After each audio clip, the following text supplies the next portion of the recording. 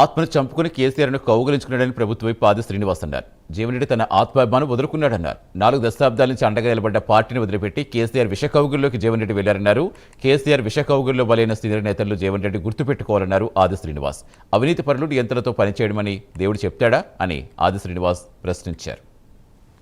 జీవన్ రెడ్డి గారు ఇప్పటికే కేసీఆర్ గారి విష కౌగిలిలో అనేక మంది సీనియర్ నాయకులు బలైపోయినటువంటి సందర్భం, అసలు వాళ్ళ ఆచూకీ కూడా లేనటువంటి సందర్భంలో అసలు ఈ రాష్ట్రంలో అనేక మందిని పార్టీ ఫిరాయింపు చేసుకుని బీఆర్ఎస్ పార్టీలో చేర్చుకున్నటువంటి అనేక మంది పార్టీ ఫిరాయింపులతోటి నిండినటువంటి బీఆర్ఎస్ పార్టీలో ఎలా పనిచేస్తారో జీవన్ రెడ్డి గారిని ప్రజలకు సమాధానం చెప్పాల్సిన అవసరం ఉంది.